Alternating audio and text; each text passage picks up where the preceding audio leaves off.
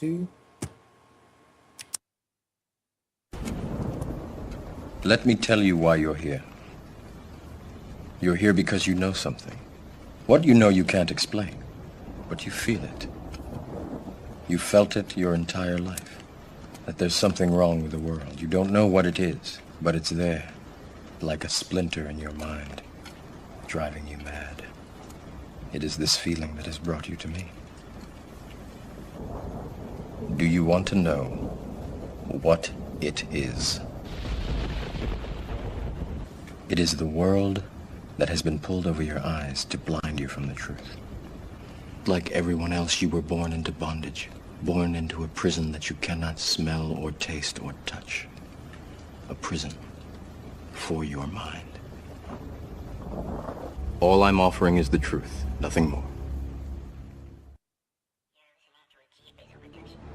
You're listening to Hardcore Harry, and I am deaf to the New World Order, streaming to you live at freethinkradio.com, unitedtruthseekers.com, and eternally at d2nwo.com. Hello, we are Feminine Movement from Ukraine. We want to express solidarity with our sisters in Holland. We know this millionaire fair is full of necessary luxury. Toys for boys and women for decoration. Empty-headed spenders who rather buy a new car or luxury bag than change the world for better. Millions of people in Europe are at the risk of losing everything, but there's filthy rich who keep partying as if nothing else outside their glamorous world exists. Femin is against fucking oligarchs. Fuck you oligarchs! Fuck you oligarchs! Alright, boys and girls, today we're going to talk about oligarchs, about oligarchy. And the point of this broadcast is to tear away the illusion that your government is actually in control of your nation, because it is not. You understand? Much like a parasite or a group of parasites, your government has been infested.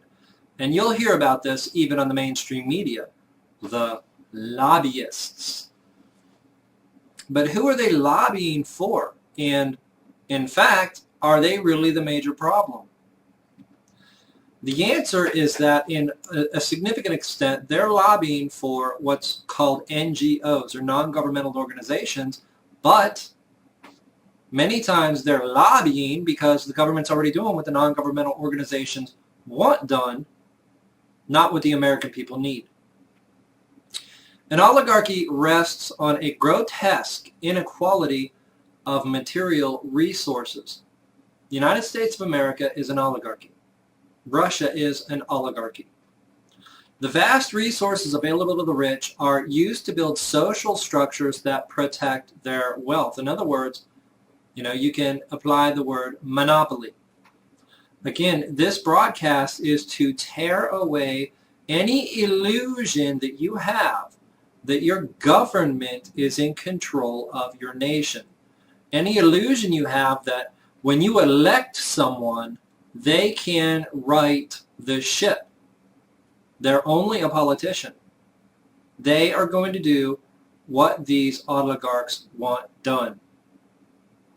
Why do you think when Barack Obama ran for president, he said, I'm going to pull the troops out of Iraq, and we are, is it 2 or 3 years down the road, and the troops are still in Iraq? Even when he does finally remove troops from Iraq, he's just going to send them somewhere else like Iran. That's what the oligarchs want, you understand? That's what the people who control your government want. The U.S. oligarchy is a shining example. Our oligarchs use their stunning wealth both to ensure that civil government protects its interests and to infect the public with views supportive of its power and its wealth. And I'm going to zoom in here and give you a tiny example of what's going on. Many people know about, for instance, the Georgia Guidestones. What many people do not know is that the Georgia Guidestones are on government land. Government land. And it's a little complex. When they were erected, it was private property.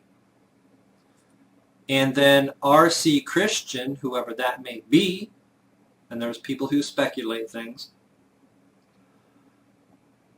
donated the land back to the county. And thusly, the land and the Georgia Guidestones that call for the culling of the human race down to 500 million is now protected by the government. So the interests of whoever erected the Georgia Guidestones that calls for the depopulation of the earth are protected by your government. This is an example of how things operate. The government is a tool at the disposal of the oligarchy. That's all it is. You know, George Washington said something. He said, I'm paraphrasing with a bad memory, government is force. It is a dangerous servant and a fearful master. Government is the force that is used by the oligarchs to keep the world in line with the vision they have set for the world. In other words, they decide, we're going to do X, Y, and Z. In 80 years, we're going to do this.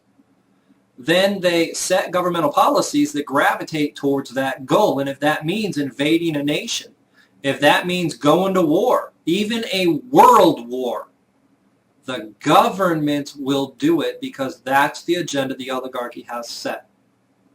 Now, all the time, I'll use the term New World Order, and it applies very well when you're talking about a global oligarch, a global oligarchy. But these exist on national levels as well. So that's what we're going to talk about today. And I can't help but think about Ron Paul, because there's a lot of people saying, you know, if we can just elect Ron Paul, maybe we can turn things around. I don't know how many people actually believe that. Personally, I would like to think Ron Paul might make a difference, but I don't believe that he can, because he's just one man. He's a president. He would be a puppet and subject to the oligarchs if he doesn't do what they want. Bullet to the head, JFK. I don't think they'd ever let him get into office so that they would have to shoot him. But it is an interesting consideration, isn't it? How could they, after JFK, have slipped up to the point where somebody legitimate might be making their way back into the presidency? Could that possibly happen? I just don't believe that it could. The oligarchs are in control. The New World Order is calling the shots. Your politicians are puppets on strings. You've got to understand that. You know they make promises and break them. Many, many false promises by just about every politician. Why is that? First off, they'll say anything to get into office, and second off, once they're in office, they have to do what they're told. You know, they may be thinking as they're running for the Senate, I'm going to be a senator, I'm going to be part of the federal government, and I'm going to dictate policy. And then they get in there and they find out, guess what? We don't mean shit. We have to do what they say. That's the way it works. You know, there's this half joke that when somebody gets elected president, they're shown the JFK assassination from an angle that's never been seen before by the public, and told, you're going to do what we say or you're going to get the same thing. If you look at the behavior of the president since JFK, there's every reason to believe this is true.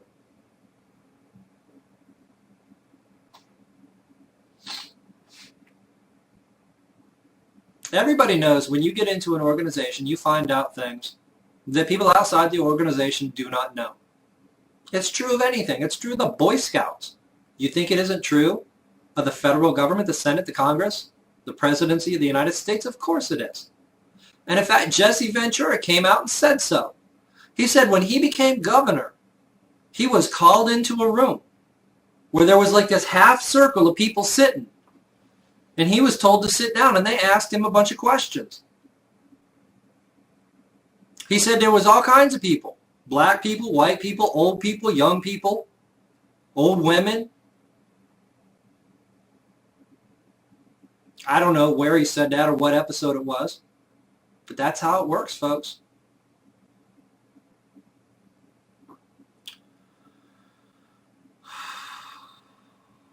One easy example of governing power is the effort to shove taxes off on the next lower group of taxpayers, which has been widely successful. But oligarch power to influence society extends far beyond legislation and into the way that we understand the economy. Remember the fracas, remember the crap about strategic defaults? The banking system of the oligarchy went nuts when they realized the smart people would just walk away from underwater houses if they lived in states that don't permit deficiency judgments after foreclosure. The screaming about the moral obligation of human persons to repay debts was hilarious. I'd love to see a corporate person with those sensibilities. Now, when I lived in Florida, I knew a woman who had a home and she was underwater and she was constantly saying, you know, I'm just going to walk away from it. And I'm thinking at the time, you could do it. It wouldn't be right, but you could do it. Now this article says a corporate person with those sensibilities. In other words, the 14th Amendment has declared corporations to have the rights of people, to be people. Corporations, they'll walk away from their debt. They'll do anything they got to do. They'll set up shell corporations and transfer their debt burden to the shell corporation. And then file bankruptcy for the shell corporation. This is common practice. I'm not saying the people should walk away from their homes when they go underwater. But it is the case that they were deceived into buying homes they couldn't afford by corporations, controlled by the oligarchs. In other words, they pulled a scam of such a great proportion that as the American people caught on to how many people had been scammed, they started saying, hey, you know what? Screw these bankers. They screwed us. Let's just all walk away from it. And then you saw the mainstream media start playing defense.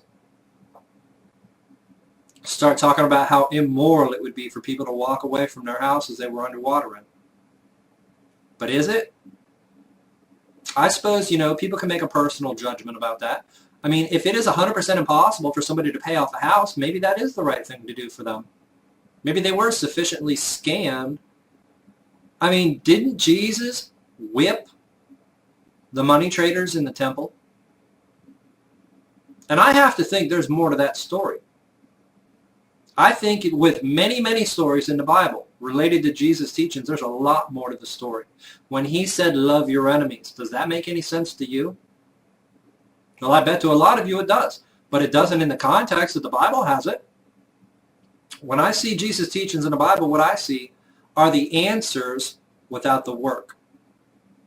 You know, I was really smart. And when I did my math work, you know, when we had a test in class in school, most of the time it was just the answers. You know, if it said 198 divided by 4, I would just write the answer. And I'd turn the paper in, you know, and the teacher would be mad. She'd be like, you have to show the work. And I'm like, is it right or wrong? She'd be like, it's right, but you have to show the work. And that always bothered me, but anyway, that's what I mean when I say the answers without the work. In other words, why would you love your enemies? Why would Jesus command people to love their enemies? Well, what is the work that gets you to that answer? How about, because your enemies are really not your enemies. They're people who've been pitted against you. People who you have been pitted against by your real enemy, by the oligarchs. There's the work. There's the work that gets you to the answer that you should just love your enemies. It's based on an assumption The assumption deleted, of course.